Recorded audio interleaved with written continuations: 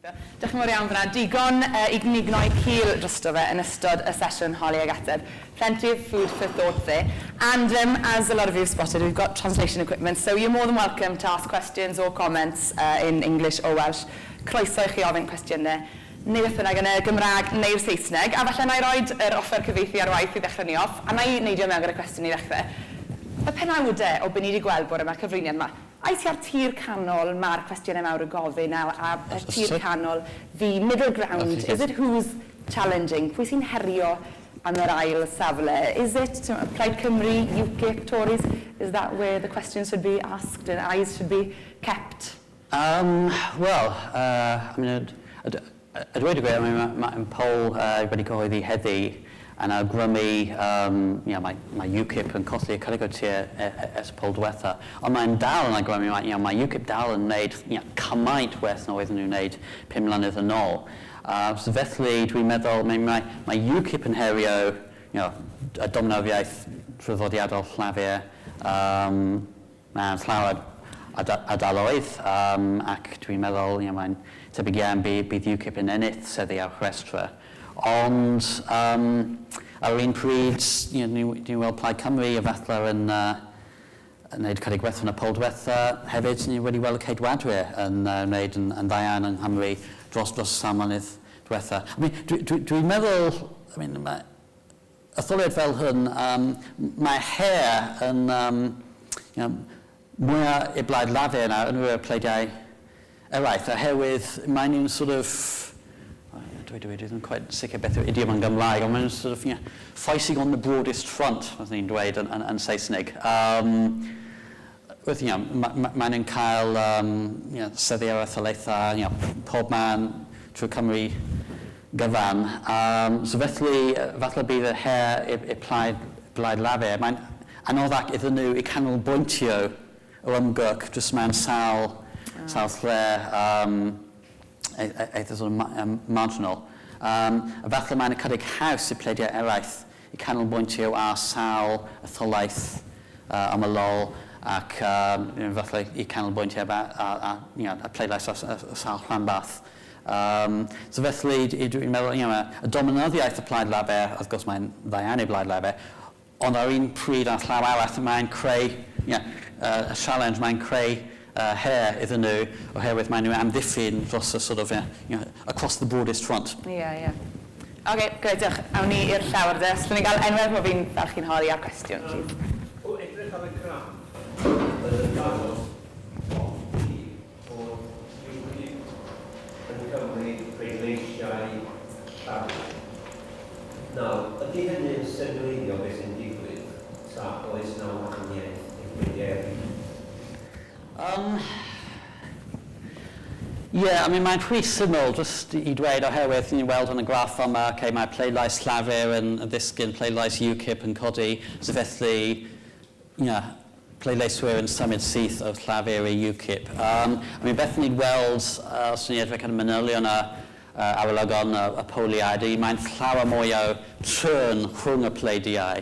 Ac I dweud y gwir, hyd yn oed pan ni'n weld o un poll nesaf, dim llawer newid, ni'n dal yn y fel yn weld llawer sort of, individual level trn rhwng y pleidiau. Mae'n bendant, mae'n gywir, mae UKIP wedi cipio canran o'r cefnogaeth nhw wrth llafur. Ond hefyd mae'n wedi cipio canran eitha sylfaen wrth y ceidwadwyr. Hefyd hyd yn oed wedi cipio pleidleisiau wrth y Democratiaeth Ryddfrydol, er enghraifft. Ond y gorffennol, oedd y Democratiaeth Ryddfrydol yn aml sort of a pleidlais protest, stuff the traditional establishment. Wel, ar ôl eith y Rhydfrydwyr I fewn y cwmblaid yn Llundain, collo'n nhw y fath o pleidlais mwy na lai, dros nos. So felly mae UKIP, llawer bobl yn meddwl, well, mae hwn yn odd. Does ddim llawer yn common sort of rhwng UKIP a Democratiaeth Ryddfrydol, ond y cydig o'r pleidlais oedd y Democratiaeth Ryddfrydol yn ennill yn y gorffennol, y pleidlais protest, rwan yn tueddu I fynd ambellwaith o le at UKIP. So, Did they go gwahaniaeth drwy'r sef tymor, yeah. Yeah. Yeah, yn bendant, ac I mean, dwi'n meddwl mae'n anhebyg iawn bydd UKIP yn gwneud digon da I ennill unrhyw un o'r etholaethau, ond mae cefnogaeth nhw yn digon mawr hyn o bryd ble mae'n bosibl iawn bydd UKIP yn gwneud y gwahaniaeth pwy bydd yn ennill yn aseddu am y lol. Enghraifft, Llanelli, Canol Caerdydd, Sal Arath, Gollawn Caerfeddin, Afathla, Aberconwy. Mae'n digon o pleidleisiau yn mynd I UKIP lle mae'n bosibl iawn byddwn ni'n gwneud o'r haniaeth a pa blaid bydd yn ennill yn bendant, ie. Diolch yn fawr Gareth am y cwestiwn. Llaw lan fan hyn. Beth yw'ch enwch chi gan y cwestiwn, please? Well, as you've already, I think, picked up, it's the joker in the pack. Oh, there's a mic for you there. Right, just kind of civic society. Yeah, UKIP's the joker in the pack, not only in terms of what seats it might win, but how it will affect the other parties. And what I've evident to me already is that the European referendum campaign is totally swamping media coverage of the Welsh Assembly elections. This can only go on for the next 3 or 4 months. So if that continues, how would that affect the UKIP vote, do you think? Would it actually enhance it or perhaps undermine it? Thank you for that. I mean, I think that is possibly the key question about this year's Assembly election.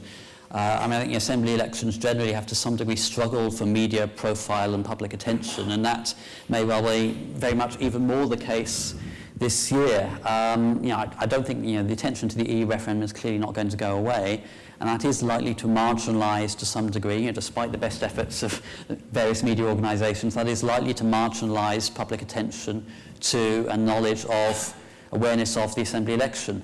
So what impact does that have on the parties?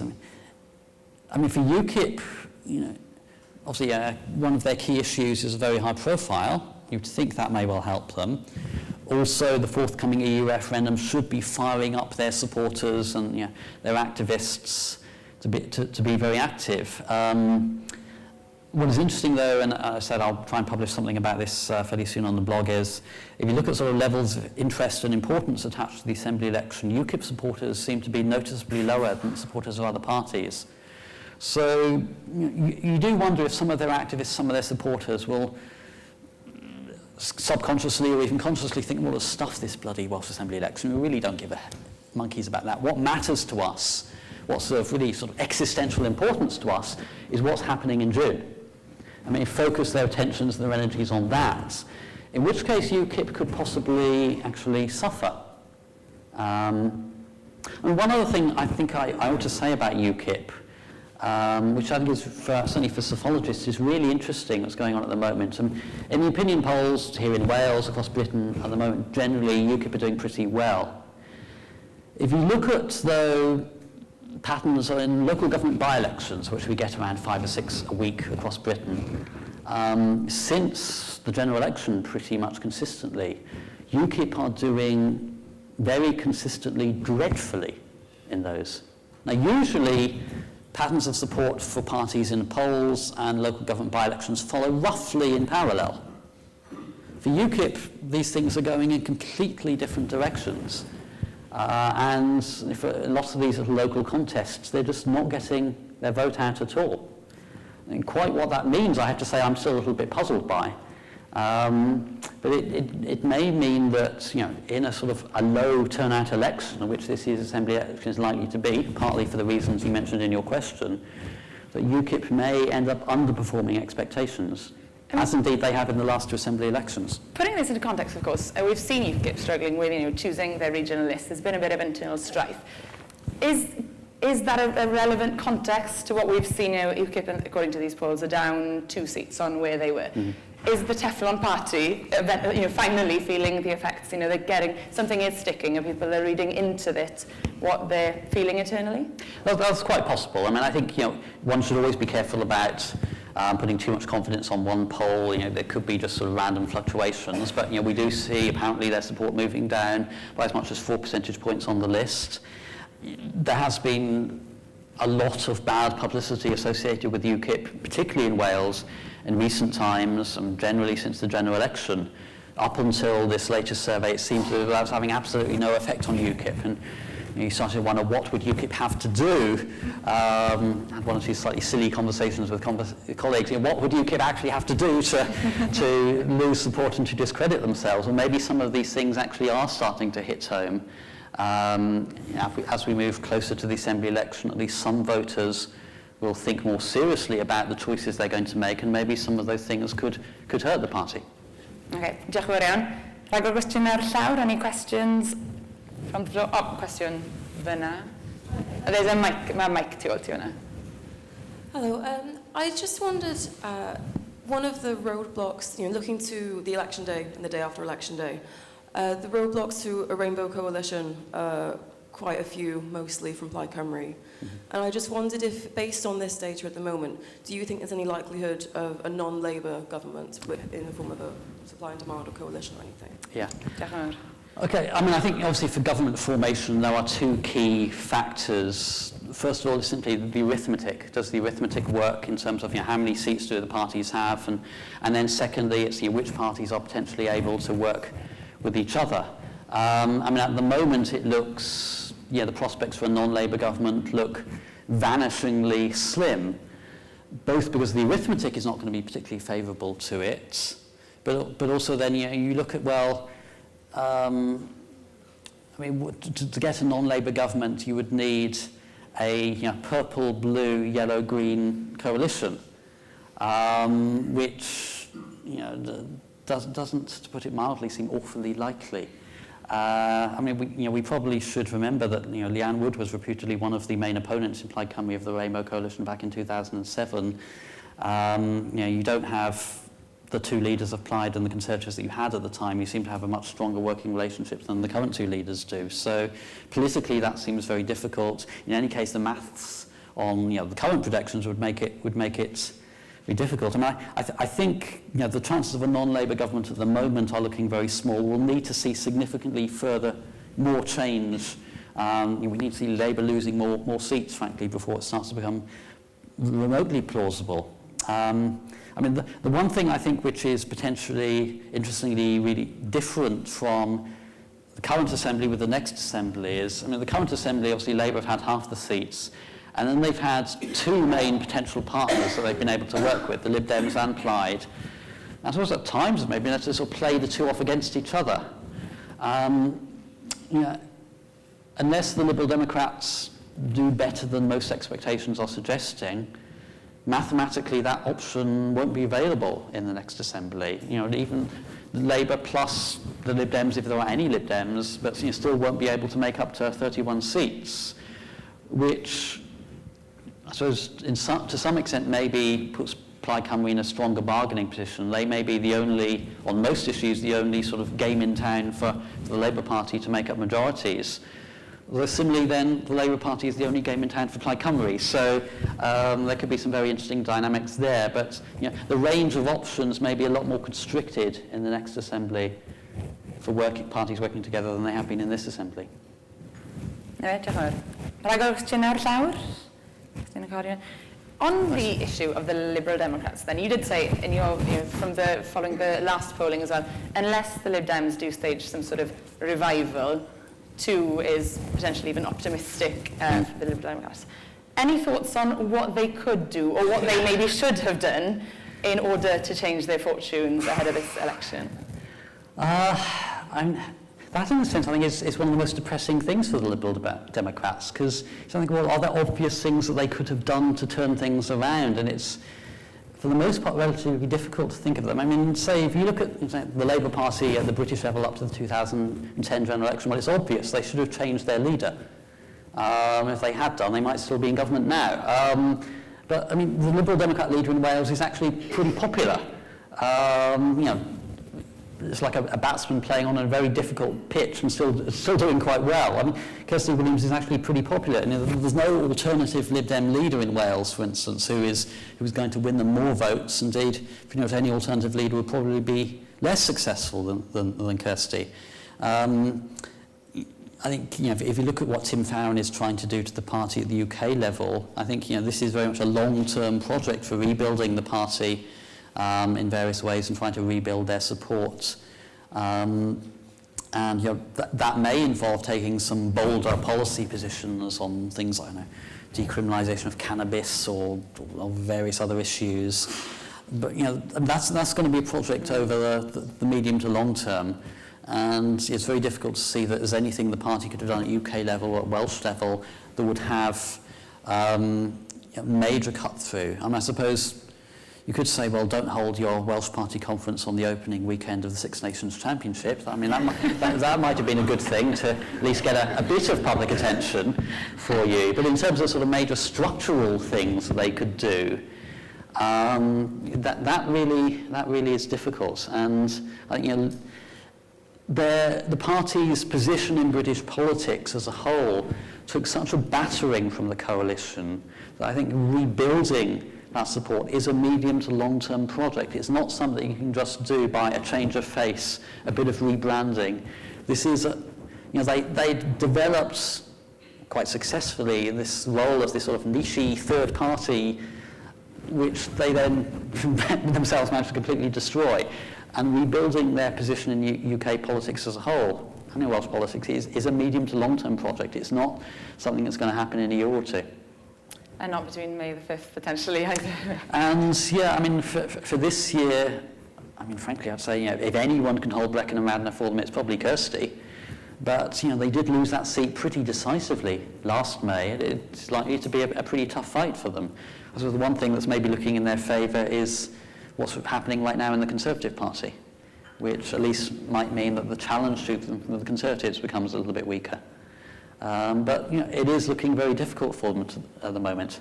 I suspect that they will probably avoid complete wipeout, because even if Kirsty were to lose Brecon and Radnor, there's probably enough Lib Dem votes in Brecon and Radnor, Montgomery and Ceredigion to just about get them a Mid and West Wales list seat. Probably.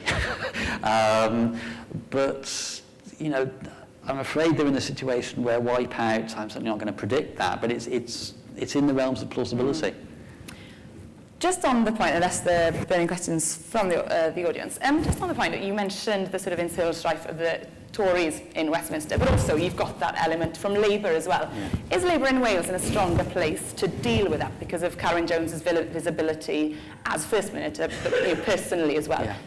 Will that help, if things turn out for the worse for Corbyn? Is Labour in a better position in Wales to deal with that? Well, I think Carwyn remains an electoral asset to the Labour Party in Wales as he was 5 years ago. He's not doing quite as well in the polls as he was 5 years ago, but he's still one of the two most popular party leaders in Wales, and that clearly helps. It's interesting with the Labour Party, they're clearly fighting a very distinct election from how they fought in 2011, and indeed to some extent in 2012 for the councils, when they largely fought it sort of, even though they'd been in power, for instance, in Cardiff Bay for 12 years by then. Labour largely fought 2011 as an opposition party, as a party sort of standing up for Wales against those nasty Tories and their Lib Dem lackeys in London.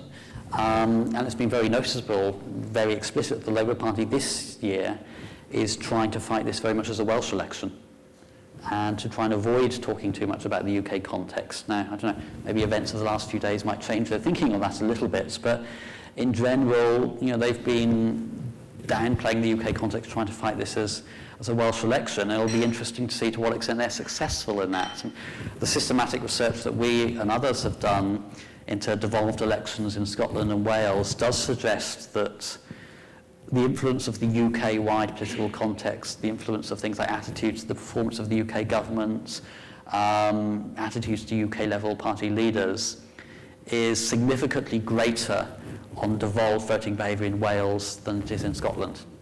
Scotland has become a much more distinct electoral arena. Wales, there still, thus far at least, has been a pretty strong influence from UK-level factors. Now, if that is the case, it's certainly not likely to be as favourable to Labour as it was in 2011. But we had been thinking the UK-level context was relatively favourable to the Conservative Party. After events of the last week, that assumption is looking more problematic, shall we say. Okay, great, diolch. Any more questions from the audience? Unrhyw cwestiynau o'r gynulleidfa? Cwestiwn yn y blaen fan hyn. Ni gael yr mic draw i bob fi'n cael clywed. Roger, I don't want to encroach on a future event that you might be planning. I just wondered whether there was anything more you could tell us at the moment about the referendum, the EU referendum? The EU referendum, yes. Thank you. Well, funny you should ask about that. Yes, we have asked about voting intentions for Westminster and for the EU referendum, and I'll be publishing that stuff on the blog either later today or more likely tomorrow, actually, given how busy I'm going to be. There's been quite a significant turnaround from the February Welsh Political Barometer poll, which gave a record lead for Leave of 8 points, and this latest evidence now puts Remain back in the lead. So there's quite a significant shift. If I remember right, I think it's a 5-point lead for Remain. I did suspect at the time that last month's Political Barometer poll on the EU referendum was possibly a little bit of an outlier to one side. So the latest evidence is things have moved back in favour narrowly of Remain. However, that's still, it's hardly a comfortable margin for Remain. It's still looking pretty tight. And there's still the general pattern that we're seeing that the few polls that have been done in Northern Ireland, the polls are done in Scotland, in both of those territories, we're seeing fairly comfortable margins for Remain. In England and Wales, it's looking much closer. And that continues to be the case.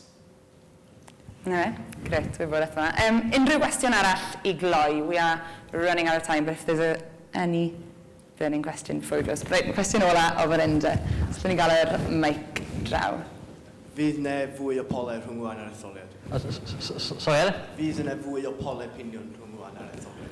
Any more poll? Yes, yeah. Diolch am y cwestiwn. Yeah, well, dwi'n meddwl dylen ni cael 3 poll mwy cyn yr etholiad cynulliad. Ble mae Nick Powell o ITV? So gobeithio bydd Nick yn dweud os dwi'n dweud yn rhywbeth anghywir am ond dwi'n meddwl bod ni'n cael un mwy ymlaen o ddechrau ymgyrch swyddogol, un jyst y cynnig ar ôl hanner ffordd trwy ymgyrch swyddogol. Dwi'n meddwl bydd yn cael y cyhoeddi ar un nos ar y dadl mawr ITV Wales, ac olaf bydd sort of nos ferca, a nos cyn yr etholiad. Ac rhywbeth ychwanegol, byddwn ni'n cael ni a ITV Wales a YouGov byddwn ni'n gweithio am y tro cyntaf erioed I cael a sort of virtual exit poll am etholiad y cynulliad. Bydd YouGov yn gwneud y poll ar y diwrnod yn gofyn bobl, so wyt ti wedi pleidleisio a sut wyt ti wedi pleidleisio. So byddwn ni'n mynd yn fyw gyda'r canlyniadau hwn, ITV Wales ar y nos, ac dwi'n gobeithio bydd y virtual exit poll yn eitha agos. Mor agos at y canlyniad terfynol na welson ni yn yr etholiad cyffredinol Llynedd. And if it doesn't, I'll look a right prat. So. Ni'n newyddion da, digon o bol opinion, a falchwyd, bydd Roger gyda ni dros nos yn ITV yn dadansoddi polau yma I gyd ar ein cyfer ni hefyd. Felly dyna ni'n goffod cloi nawr, ond diolch yn fawr iawn I chi gyd. Diolch yn fawr iawn I Roger. Thank you Roger for that brilliant presentation.